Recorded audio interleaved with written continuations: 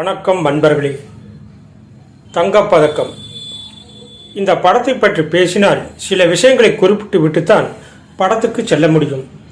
ஒன்று அவரது ஒப்பனை மற்றும் நடை உடை பாவனை, குறிப்பாக அந்த சிகை அலங்காரம் மற்றும் மீசை.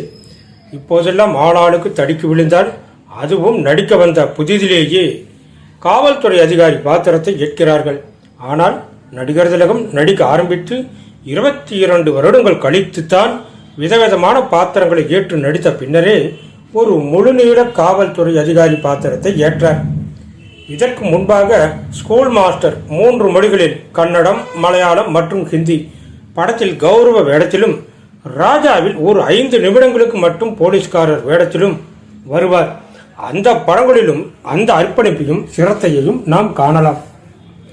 சிலர் நடிப்பது போல எக்கச்சக்கமான தலைமுடி, ஸ்டெப் கட்டு மற்றும் அடர்த்தியான பெரிய கிருதா இல்லாமல் ஒட்டை வெட்டிய கிராப் மற்றும் மீசையுடன் வருவார்.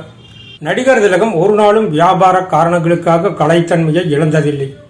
இந்த படம் வந்து சில மாதங்களில் வெளியான என் மகன் படத்தில் கூட வேறு மாதிரியான போலீஸ்கார ஒப்பனையில் வந்து வித்தியாசமாக நடித்திருந்தார். வெள்ளை ரோஜா படத்தில் வேறு கெட்டப் நடிப்பு, தீர்ப்பு படத்தில் அது வேறு விதம், திருப்பத்தில் வேறு விதம், இப்படி சொல்லிக்கொண்டே போகலாம். இந்த படத்தின் பிரத்யேக காட்சிக்கு நடிகர் திலகம் அப்போதைய தமிழக தலைமை காவல் அதிகாரி ஐஜி அருள் அவர்களையும் இன்னும் சில மூத்த காவல் அதிகாரிகளையும் அழைத்திருந்தார். படம் முடிந்தவுடன் திரு அருள் அவர்கள் தமிழ்நாட்டில் இருக்கும் அனைத்து காவல்துறை அதிகாரிகளும் அலுவலர்களும் இந்த படத்தை பார்க்க வேண்டும் என்று விரும்புகிறேன் என்று கூறியிருக்கிறார். இது ஒன்று போதும் நடிகர் திலகத்தின் அர்ப்பணிப்பை பறைசாற்ற. பின்னர் திரு தேவாரம் அவர்கள் இந்த படத்தை பார்த்து கொண்டிருந்த போது நடிகர் திலகம், நான் இந்த சௌத்ரி பாத்திரக்கு தற்போது இருக்கும் ஒரு அதிகாரியைத்தான் இன்ஸ்பிரேஷனாக எடுத்துக்கொண்டேன், உங்களால் அது யார் என்று கண்டுபிடிக்க முடிகிறதா என்று பாருங்கள் என்று சொல்ல, அவரும் தெரியாது என்று சொல்ல, பின்னர் நடிகர் திலகம், இது உங்களை வைத்துத்தான் என்றாராம். அதாவது அந்த சிகை அலங்காரம், மீசை மற்றும் சில உடல் மொழிகள். தேவாரம் வாயடைத்து போனாராம். நடிகர் திலகம் இத்தனைக்கும் அவரை பல வருடங்களுக்கு முன்பு ஒரு தடவை தான் சில நிமிடங்கள் பார்த்திருக்கிறார். அதாவது ரொம்ப நாட்களுக்கு முன்பு ஊட்டியில் ஷூட்டிங் நடந்து கொண்டிருக்கும் போது நடிகர் திலகத்தை காண பெரும் கூட்டம் கூடிவிட, கூட்டத்தை கட்டுப்படுத்த அப்போது அங்கு உயர் காவல்துறை அதிகாரியாக இருந்த தேவாரம் அவர்கள் ஜீப்பில் இருந்து இறங்கி கூட்டத்தை அவருடைய பாணியில் கட்டுப்படுத்திவிட்டு நடிகர் திலகத்துடன் அமர்ந்து சில நிமிடங்கள் பேசிவிட்டு சென்றாராம். அந்த சில நிமிட நேரத்தில் தேவாரம் அவர்களின் உடல் மொழி மற்றும் ஒப்பனையை வழக்கம் போல நடிகர் திலகம் கூர்ந்து கவனித்து, பின்னாளில் அதை தங்கப்பதக்கம் படத்தின் எஸ்பி சௌத்ரி பாத்திரத்துக்கு பல வருடங்கள் கழித்து பயன்படுத்திக் கொண்டதை அறிந்து தேவாரம் ஆச்சரியத்தில் ஆழ்ந்தாராம். இயக்குனர் மகேந்திரன் ஒரு முறை நடிகர் திலகத்திடம், அது எப்படி நேரில் சாதாரண உயரமாய் இருக்கும் நீங்கள் திரையில் மிக உயரமாக தெரிகிறீர்கள் என்று கேட்டாராம். அதற்கு நடிகர் திலகம் சிரித்துக்கொண்டு, அதெல்லாம் ஒன்றுமில்லை, ஒரு பாத்திரத்தை நான் ஏற்று நடிக்கும் போது அந்த பாத்திரத்தை உணர்வு பூர்வமாய் சித்தரிக்கிறேன். ஆனால் பார்க்கும் நீங்கள் என்னை அந்த பாத்திரமாகத்தான் பார்க்கிறீர்கள்.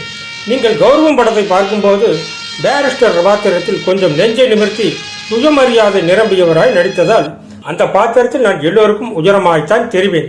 இப்போதும் அப்படித்தான் என்று சாதாரணமாய் கூறினாராம். மகேந்திரனும் மீண்டும் நாடகம் ஆரம்பித்தது. நாங்கள் மறுபடியும் எஸ்பி சௌத்ரியை பார்க்கும்போது திரும்பவும் அவர் உயரமாகத்தான் தெரிந்தார். இது கண்கட்டு வித்தையோ என்று மறுபடியும் வியந்தோம். இன்றும் வியந்து கொண்டுதான் இருக்கிறோம் என்று கூறினார். தங்கப்பதக்கம் வந்தபோதே தெலுங்கில் பங்காரு பதக்கம் என்ற பெயரில் டப்பிங் செய்யப்பட்டு பெரும் வெற்றி பெற்றது. இருந்தாலும் அந்த கதைக்கு இருந்த தாக்கத்தால் NT ராமாராவ் அதை மறுபடியும் நேரடியாக தந்தை மகன் 2 வேடங்களிலும் நடித்து கொண்ட வீட்டு சிம்மம் என்ற பெயரில் எடுத்து அதுவும் வெள்ளி விழா வரை ஓடியது. இருந்தாலும் மகன் வேடத்திலும் அவரே நடித்து ஸ்ரீதேவியுடன் டூயட் எல்லாம் பாடி சில பல பொழுதுபோக்கு அம்சங்களை நுழைத்து அசலை கொஞ்சமாக சிதைத்திருந்தார். நடிகர் திலகம் அளவுக்கு காவல்துறை அதிகாரி பாத்திரத்தில் NT ராமாராவ் அவர்களாலும் சோபிக்க முடியவில்லை. ஆனால் தங்கப்பதக்கம் இந்தியில் 1981 திலீப் குமாரும் அமிதாப்பும் நடித்து சக்தி என்ற பெயரில் வெளிவந்த போது தெலுங்கு அளவிற்கு வியாபார சமரசங்கள் பெரிதாக செய்யாமல் தான் எடுக்கப்பட்டது.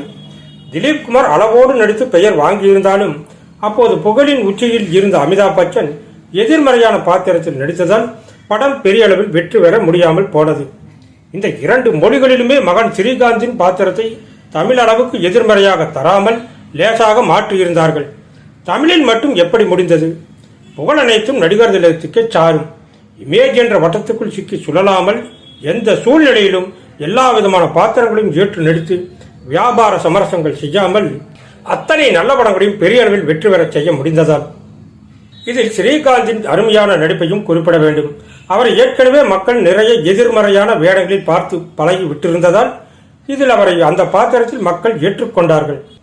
தெலுங்கில் அவ்வாறு இன்னொரு நடிகரை போட்டு எடுக்க அப்போது இருந்த சூழ்நிலை NT ராமாராவுக்கு இடம் கொடுக்கவில்லை. இந்தியில் 1981 திலீப் குமாருக்கு அவ்வளவு பெரிய மார்க்கெட் இல்லை.